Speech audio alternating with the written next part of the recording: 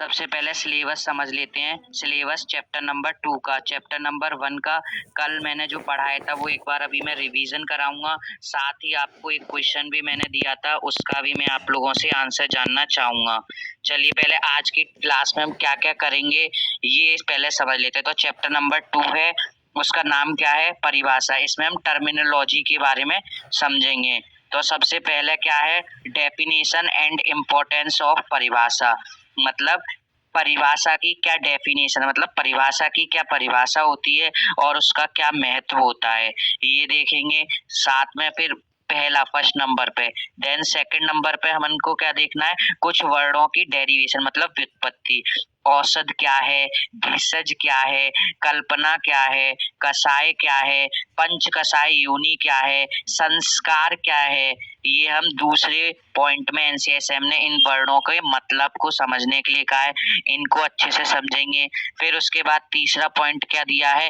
द्रव्य वर्ग परिभाषा। इम्पोर्टेंट है, याद करना होगा।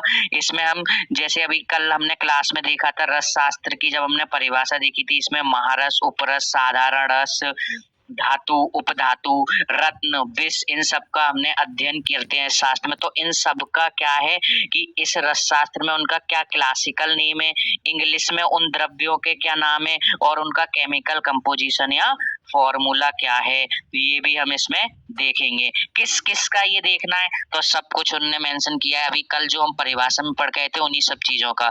किस किस का देखना है? रस का, पारद जो कल आपको बताया था, फिर महारस का, उपरस का, धातु का, उपधातु का, रत्न का, उपरत्न का, सुधा वर्ग, सिक्ता वर्ग, लवण वर्ग, विष, उपविष, कजली, मित्र पंचक, द्रावक गण, सब चीजें आपको बताई जाएंगी। बिल्कुल भी किसी भी तरीके से आपको कहीं भी परेशान नहीं होना पड़ेगा।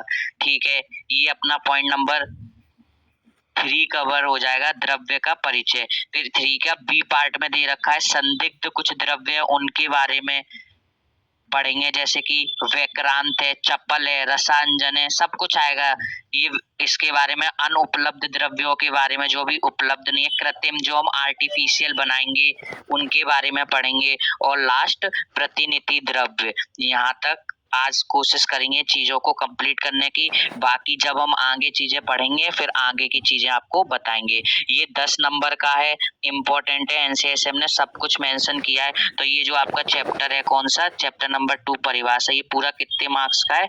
10 नंबर का है। काफी अच्छा वेटेज है। इंट्रोडक्टरी पार्ट होगा, अभी से चीजें समझ में आएंगी तो आगे काफी आसान रहेगा आप और हमारे लिए चीजों को समझना। चलिए तो शुरू करते हैं आज के इस लेक्चर। सबसे पहले एक क्वेश्चन मैंने आप लोगों को बताया था कि रस रत्न समुच्चय के लेखक कौन है। तो इसके लेखक कौन थे? रस भागवत। कौन सा काल था इसका? 13वीं शताब्दी का। सर कल आपने क्या पढ़ाया था, उस चीज का रिवीजन कराएंगे? हाँ बिल्कुल कराएंगे। क्लास की अपनी ये भी एक खासियत है, स्पेशलिटी है, जो भी हम पढ़ते हैं लास्ट में क्या पढ़ा था उस सब चीजों का भी हम रिवीजन करते हैं। तो आपके पास नोट्स होंगे, आप उसमें देख लीजिए। सबसे पहले हमने रस शास्त्र में रस का अर्थ समझा था कि रस क्या होता है। तो रस नाथ सर्व धातु नाम रस इति अभी धीयते, जो अपने अंदर अन्य धातुओं को विलीन कर लेता है, उनका भक्षण कर लेता है, उसे रस अर्थात पारद कहते हैं। फिर रसशास्त्र की परिभाषा देखी थी। रसशास्त्र की परिभाषा वह शास्त्र जिसके अंदर हम द्रव्यों का शोधन, मारण, उपरस, महारस, उनका द्रवित करके मतलब द्रवी के बारे में, उनका भस्म कैसे निर्माण हुआ, इस सब में जिसके बारे में पढ़ते थे उसे रसशास्त्र कहते थे। फिर हमने इसके बाद इसका क्रोनोकोलॉजिकल डेवलपमेंट मतलब इसका विकास कैसे हुआ था, तो हमने इसका देखा था विकास कैसे हुआ था वैदिक काल में, फिर संहिता काल में कैसे आचार्य चरक, सुश्रुत आदि ने किया था। फिर उसके बाद हमने क्या पढ़ा था, इसका महत्व की रस शास्त्र का सबसे ज्यादा यही महत्व है, इसकी औषधियां सुग्रह होती हैं और जल्दी इनका कार्य दिखता है होते हुए अपने शरीर पे। एक ये वाला इम्पोर्टेंस काफी इम्पोर्टेंट है, ये नहीं कह सकते कि आयुर्वेद की औषधियां काम अच्छे से नहीं करती हैं, तो ये याद रखिएगा। फिर आगे हमने एक और चीज देखी थी, क्या देखी थी हमने आगे एक और चीज कि महत्व के बाद इसके बाद हमने देखा था कि रस और रसायन में क्या डिफरेंस है। तो हमने जाना था रस क्या है, मेनली पारद है। और रसायन क्या है? वे सभी औषध द्रव्य रसायन कहलाते हैं जिसके द्वारा जरा और व्याधि का नाश करते हो। पर रस क्या है? पारद क्या है? जो जरा और व्याधि के साथ मृत्यु का भी नाश करने वाला होता है। मोस्ट इम्पोर्टेंट ये। फिर उसके बाद हमने देखा था जहाँ पे ये दवाइयां बनती हैं उस स्थान को क्या बोलते हैं? उसे हम रसशाला बोलते थे या भेषजागार। फिर उसके कुछ नियम थे कि वहाँ क्या क्या होनी चाहिए, दीवारें होनी चाहिए, वेंटिलेशन प्रॉपर होना चाहिए, समतल स्थान होना चाहिए, ऐसे करके। फिर इसके बाद इसके घटक द्रव्य तो हमने 4 गुरु, शिष्य, परिचारक और एक स्त्री देखा था जिसपे हम ये ड्रग अपना जो बना है उसका करते थे चेक करने के लिए कि कैसा है।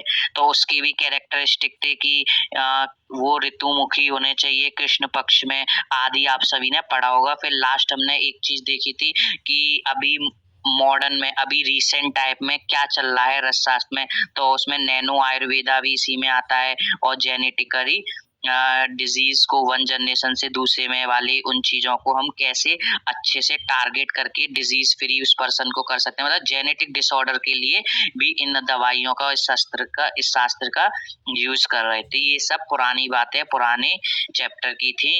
उम्मीद है आपको सब चीजें समझ आई होंगी। अब हम आज का नया चैप्टर शुरू कर रहे हैं, चैप्टर नंबर 2। क्या नाम है इस चैप्टर का? परिभाषा। अभी आपको बताया था सब कुछ एनसीआईएसएम के अनुसार ही चलेगा, तो परिभाषा सबसे पहले पॉइंट में क्या सीखना है? डेफिनेशन ऑफ परिभाषा, मतलब परिभाषा की परिभाषा। बहुत सरल है, याद कर लीजिएगा, पूछ ली जाती है कि परिभाषा की क्या परिभाषा है। तो इसकी परिभाषा क्या है? अव्यक्त, अनुक्त, लेस उक्त, संदिग्ध अर्थ, प्रकाशिका। अव्यक्त, अनुक्त, लेस उक्त, संदिग्ध अर्थ, प्रकाशिका। परिभाषा प्रकथयन्ते दीपीभूता सुनिश्चिता। परिभाषा प्रकथयन्ते दीपीभूता सुनिश्चिता। किसने दी है ये परिभाषा? ये इसका रेफरेंस क्या है? तो वैद्यक परिभाषा प्रदीप। ये एक रस शास्त्र का ग्रंथ है जो क्या करता है, जो रस शास्त्र के कॉम्प्लिकेटेड वर्ड के शब्द हैं उनको इजी, एक तरीके की ये डिक्शनरी है जो कठिन शब्दों को सरल भाषा में बताता है कि इसका क्या अर्थ है। तो इन्हीं ने परिभाषा की भी परिभाषा बताई है। क्या परिभाषा बताई है? परिभाषा हम उसे कहते हैं जो अव्यक्त, जो एक बात कही गई है शास्त्र में जो समझ में नहीं आ रही हो, जो अस्पष्ट रूप से कही हो, अनउक्त, बिना कहे, बिना बताए कुछ कहना चाह रहे हो। लेस उक्त, लेस उक्त का मतलब थोड़ा सा एक केवल पॉइंट बोल दिया, पूरी बात नहीं बोली है। या कोई संदिग्ध अर्थ है जिसको हम समझ नहीं पा रहे हैं। इन सब का जो स्पष्ट से हमें समझा दे। जैसे कोई बात अगर मैं कहता हूँ, अभी तक मेरे को नहीं पता था कि रस क्या होता है, मैंने कहा पारद है, फिर भी समझ में नहीं आया कि पारद है तो इसे रस कैसे, तो हमने देखा था इसकी डेफिनेशन, परिभाषा, रसनात् सर्व धातु नाम रस इति अभिधीयते। जो सभी धातुओं को अपने अंदर विलीन कर ले वो रस है। मतलब उसने जो अव्यक्त बात थी, जो अनुक्त थी और जो लेसों से युक्त थी, मतलब थोड़ी एक उसका कुछ अंश कहा गया है या कहीं संदिग्ध अर्थ होता है, उसको जो स्पष्ट रूप से कहे, जो हमें समझाए कि वो क्या चीज है, उसी को हम परिभाषा बोलते हैं। मतलब परिभाषा के द्वारा हमें एक निश्चित अर्थ की जानकारी हो जाती है। जो भी हमारे अव्यक्त, अनुक्त, लेसुक्त और संदिग्ध अर्थ थे उनमें हमें क्लियरिटी मिल जाती है, जिसके द्वारा उसी को हम क्या कहते हैं? परिभाषा कहते हैं। अब परिभाषा का महत्व क्या है? तो सबसे पहले जिस प्रकार अंधेरे कमरे में उजाला करने के लिए हमें किसकी आवश्यकता होती है? दीपक की। ठीक उसी तरीके से जो परिभाषा होती है वो हमें शास्त्र के अंदर दीपक की तरह ग्रंथ को प्रज्वलित, प्रकाशित करने के लिए, जिससे जो शिष्य है, जो पढ़ना चाह रहा है, जो छात्र है, उसे वो अच्छे से समझ सके। तो ये परिभाषा का पहला महत्व है। दूसरा महत्व परिभाषा का क्या है? दूसरे महत्व के लिए इन्होंने बताया कि परिभाषा का ज्ञान इसलिए महत्व से पता चलता है। आचार्य सारंगधर, जो अपने कौन से आचार्य हैं? सारंगधर है। इन्होंने अपना प्रथम अध्याय परिभाषा का ही कहा है। अब यहाँ एक आचार्य है, हम ये चीज मैंने आपको कल भी बताया था, जहाँ जहाँ आचार्यों का हमें यूजी के साथ पीजी पॉइंट ऑफ व्यू को भी ध्यान में रखना है। तो जो जो आचार्य आएगा पीजी में, उनका शास्त्र क्या है, उसके लेखक कौन है और उसका काल क्या है, ये चीजें हमें याद रखनी है। तो कल हम एक चीज याद कर चुके हैं कि रस रत्न समुच्चय के लेखक कौन है? रस भागवत हैं और उसके काल क्या है? 13वीं शताब्दी है। उसका काल कितना था?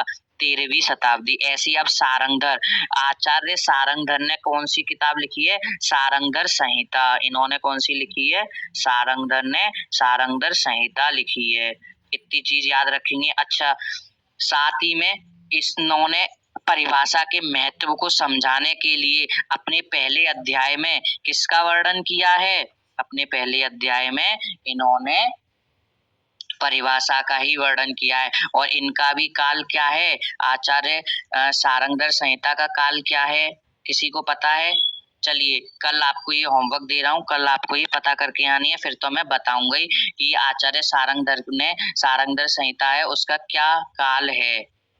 कुछ लोगों को शायद पता भी हो अप्रोक्स में। मैं कल, चलिए अभी कुछ नहीं आइडिया दे रहा हूँ, कल ही आपसे पूछेंगे। ये क्वेश्चन रहा मेरी तरफ से आप लोगों के लिए, फिर बाद में हम आपको कल जरूर बताएंगे रिवीजन के टाइम पे। ठीक है। तीसरा महत्व क्या है? इस प्रकार रस रत्न समुच्चय, देखिए रस भागवत 13वीं शताब्दी, ठीक है। इन्होंने भी रस शास्त्र के ग्रंथों में परिभाषा प्रकरण का एक अध्याय, मतलब देखिए हर एक आचार्य, अभी तक हमने 2 आचार्य देखे जो रस शास्त्र के प्रमुख ग्रंथ जिन्होंने दिए, सारंगधर संहिता, रस रत्न समुच्चय, इन दोनों ने ही, आचार्य सारंगधर ने तो पहला अध्याय परिभाषा दिया है और रत्न समुच्चय ने भी, और अन्य जो रस शास्त्र के ग्रंथ है, सिर्फ इन्होंने ही नहीं, जो अन्य भी ग्रंथ है, जो अन्य ग्रंथ है उन्होंने भी सॉरी परिभाषा प्रकरण का एक अध्याय अपने ग्रंथ में वर्णन किया है। इस सब से हमें परिभाषा के महत्व का ज्ञान पता चलता है। चलिए, पहला पॉइंट खत्म हो गया, डेफिनेशन ऑफ परिभाषा।